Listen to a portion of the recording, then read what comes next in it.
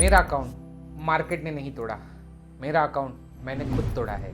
और जब मैं मानता हूँ मैं खुद, इसका मतलब है मेरा फियर, मेरी ग्रिड और मेरा दिमाग। मैं पहले सोचता था मार्केट खराब है, ऑपरेटर बेस्ड मार्केट है, मैनिपुलेशन है, लेकिन सच बोलूँ तो चार्ट से ज़्यादा डेंजरस अगर कोई चीज़ है तो वो थे मेरे इमोशंस।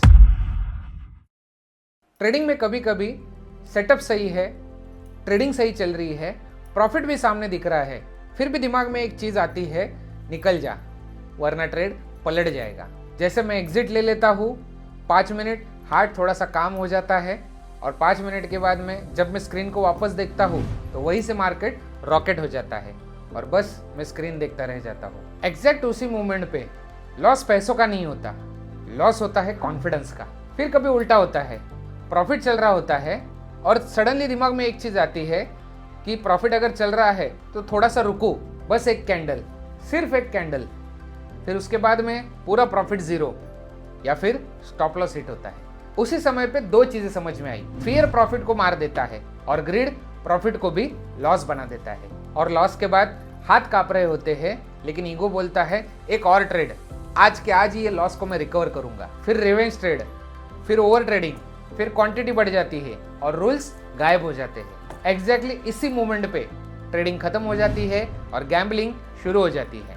एग्जैक्टली मैं भी यही अटका हुआ था, सेम स्ट्रैटेजी, सेम सेटअप, लेकिन रिजल्ट डिफरेंट। और जिस दिन ये एक बात समझ में आ गई, उस दिन से मेरी ग्रोथ स्टार्ट हो गई। प्रॉब्लम स्ट्रैटेजी भी नहीं थी, प्रॉब्लम इमोशंस भी नहीं था, प्रॉब्लम ये था कि मैं ट्रेड के टाइम पे इमोशंस को कंट्रोल करने की कोशिश कर रहा था। ये थोड़ा सा सुन के अजीब लगेगा, लेकिन मैं अपने एक्शंस को फिजिकली रेस्ट्रिक्ट करता हूँ। कहाँ शुरू करना है उससे इंपॉर्टेंट है कहाँ रुकना जरूरी है। 3 ऐसी चीजें हैं मार्केट में एंट्री करने से पहले मैं फिक्स कर देता हूँ। पहला, एंट्री, स्टॉप लॉस और टेक प्रॉफिट लिख के रखना, और वो भी स्क्रीन पे नहीं, पेपर पर, क्योंकि ट्रेडिंग साइकोलॉजी कहती है लिखा हुआ रूल तोड़ना ज्यादा गिल्ड देता है। दूसरा, एग्जिट बटन से दूर रहना। हाँ, ट्रेड लेने के बाद में एग्जिट बटन से मैं दूर रहता हूँ, या तो माउस को बैग में रख देता हूँ या फिर सेकंड चीज जहाँ पे चेयर है उसको पीछे सरका देता हूँ। इसका मतलब physical distance is equal to emotional delay. और तीसरा, सबसे सीक्रेट और सबसे इंपॉर्टेंट रूल, ट्रेड के बाद में चार्ट को मत देखो, चाहे टेक प्रॉफिट हिट हुआ हो, चाहे स्टॉप लॉस हिट हुआ हो, कुछ भी हुआ हो। एक और सच, मैं रोज ट्रेड नहीं करता।